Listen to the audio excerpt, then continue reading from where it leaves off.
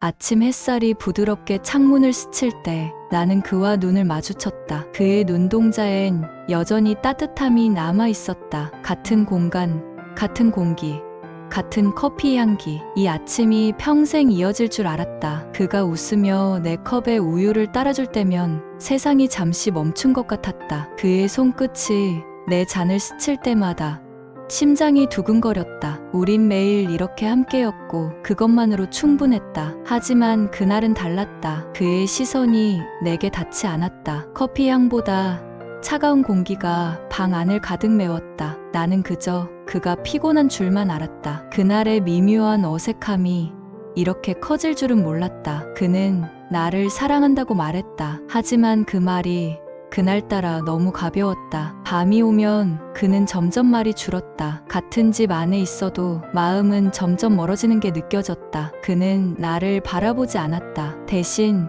손에 쥔 작은 화면만 바라봤다. 누구야? 묻고 싶었지만 두려웠다. 괜히 나만 예민한 사람처럼 보일까봐. 그의 미소가 화면 속으로 향하는 걸 보며 나는 처음으로 그를 의심했다. 휴대폰 불빛에 비친 그의 얼굴엔 설렘이 있었다. 하지만 그 설렘은 나를 향하지 않았다. 그의 눈가에 번지는 미묘한 미소가 내 마음에 날카로운 균열을 남겼다. 그는 회사 일이야라며 웃었지만 그 웃음은 진심이 아니었다. 그리고 그 순간 나는 느꼈다. 이 관계에 더 이상 나만 있는 게 아니라는 걸. 그날은 평소보다 퇴근이 늦었다. 문을 열자마자 낯선 향기가 스며들었다. 나는 냄새 하나로 알았다. 이 집 안에 나와 그 사람만 있던 게 아니었다는 걸. 식탁 위엔 2개의 잔이 놓여 있었다. 그는 아무렇지 않은 듯 말했다. 손님이 왔었어. 하지만 그 잔엔 립스틱 자국이 있었다. 나는 아무 말도 하지 않았다. 그가 내 눈을 피하는 걸 보며 모든 걸 깨달았다. 그가 나를 떠나고 있다는 걸. 차가운 공기 속에서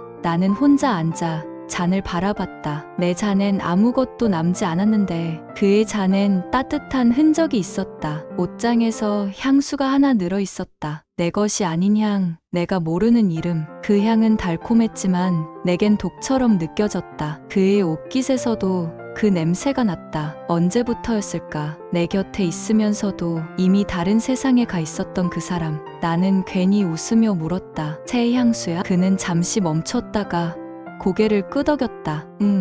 그냥 선물 받았어. 그 말 한마디가 내 마음을 무너뜨렸다. 선물. 그 단어가 너무 잔인했다. 그날 밤 잠이 오지 않았다. 옆자리는 따뜻했지만 마음은 얼어붙었다. 그의 숨소리가 낯설게 들렸다. 같은 방 안인데 너무 멀었다. 이불 속에서 나는 속삭였다. 언제부터였을까? 대답은 돌아오지 않았다. 그의 손이 내 손을 스쳤지만 이제는 아무런 온기도 느껴지지 않았다. 나는 눈을 감고 처음 만났던 날을 떠올렸다. 그때의 그는 내 세상이었는데 이제는 내 세상에서 사라지고 있었다. 사랑은 이렇게 조용히 무너진다.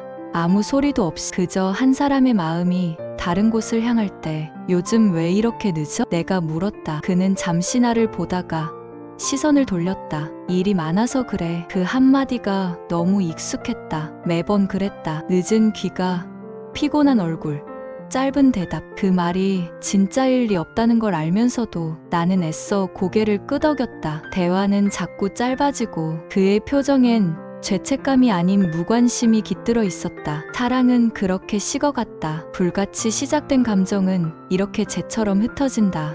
그날 밤 나는 혼자 남겨진 거실에서 그가 앉았던 자리를 바라봤다. 소파 위에 주름 하나가 내 마음 같았다. 무겁고 깊게 눌려 있었다. 그의 휴대폰이 진동했다. 습관처럼 손을 뻗었지만 그는 순식간에 휴대폰을 움켜쥐었다. 그 순간 내 심장이 철렁 내려앉았다. 무의식적으로 물었다. 왜 그렇게 놀라? 아무것도 아니야. 그의 대답은 너무 빨랐다. 빨리 덮으려는 태도가 오히려 더 모든 걸 말해줬다. 그가 잠든 밤 나는 결국 그 화면을 열었다. 거기엔 웃는 얼굴, 이모티콘과 함께 짧은 문장 하나가 있었다. 오늘도 즐거웠어요. 그 문장 하나가 내 모든 믿음을 부숴버렸다. 손이 떨렸고 눈앞이 흐려졌다. 이건 꿈이 아니었다. 나는 이미 현실 속에서 버려지고 있었다. 퇴근길 나는 그를 따라갔다. 바보 같은 짓이라는 걸 알면서도 발이 멈추지 않았다. 그리고 그 순간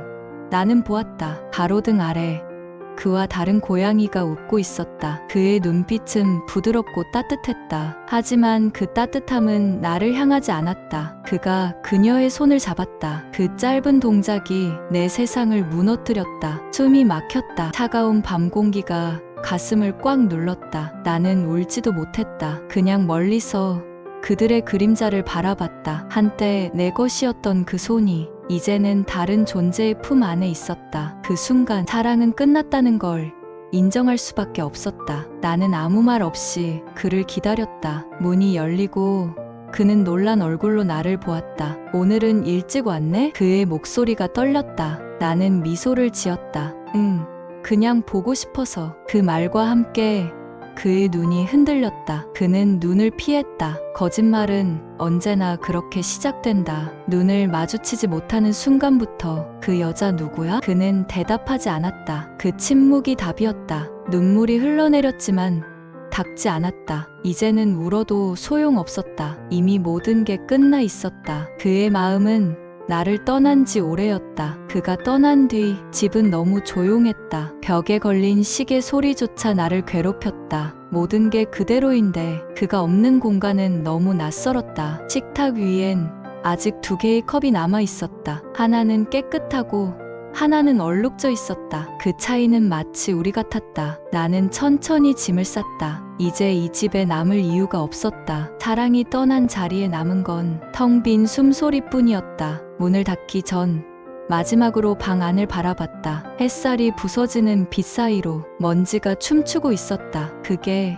우리가 남긴 마지막 흔적이었다. 문턱 앞에서 우리는 한참을 서 있었다. 나는 무엇을 더 말해야 할지 몰랐다. 이미 모든 말이 바닥났다. 그의 손엔 작은 여행용 가방이 들려 있었고 그 손잡이에서 미세하게 떨림이 전해졌다. 우리는 서로를 바라보았지만 그 시선은 더 이상 같은 시간을 보지 않았다. 미안해. 그가 말했다. 아주 조용히 숨이 붙어 있는 정도의 목소리로. 미안하다는 말은 가장 쉬운 사과이면서 가장 무책임한 결론이기도 하다. 나는 고개를 끄덕였다. 용서를 의미하는 끄덕임이 아니라 받아들이겠다는 끄덕임이었다. 우리는 여기까지 왔다. 우리에게 남은 마지막 예의는 서로의 등을 미는 일. 문이 천천히 닫힐 때 현관의 빛이 그의 윤곽을 지웠다. 그 순간 깨달았다. 이별은 떠나는 사람의 발걸음 소리가 아니라 남겨진 사람의 호흡으로 완성된다는 것을. 나는 숨을 길게 들이마셨다. 그리고 아주 천천히 내쉬었다. 닫힌 문 앞에서 나는 무너지지 않기 위해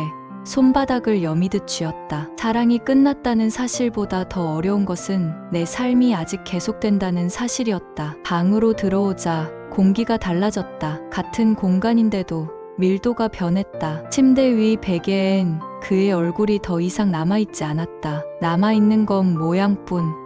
온기는 사라졌다. 나는 베개에 살짝 손을 얹어 보았다. 아무것도 느껴지지 않았다. 그 아무것도가 이렇게 무겁다는 걸 처음 알았다. 옷장 문을 열면 그의 셔츠가 몇 벌 남아 있을 줄 알았다. 하지만 그는 정말로 떠날 준비를 오래전부터 해온 사람처럼 아무 흔적도 남기지 않았다. 서랍 깊숙이 우리가 함께 썼던 여행용 티켓 한 장이 남아 있었다. 구겨진 종이를 펴는 동안 내 가슴도 얇은 종이장처럼 바스러졌다. 잘 지내? 그 한마디를 마지막으로 우리의 언어는 멈췄다. 이제 이 방에서 나는 혼자 말할 것이다. 필사적으로 내가 나에게. 사랑이 떠난 자리는 침묵이 채운다. 하지만 침묵은 잔혹한 만큼 정직하다. 그 정직함 앞에서 나는 울었다. 길지 않게, 그러나 깊게. 비가 오는 밤이면 도시는 거울이 된다. 나는 그 거울 위를 걸었다. 네온 사인이 흘러내리고 바닥의 무릉덩이마다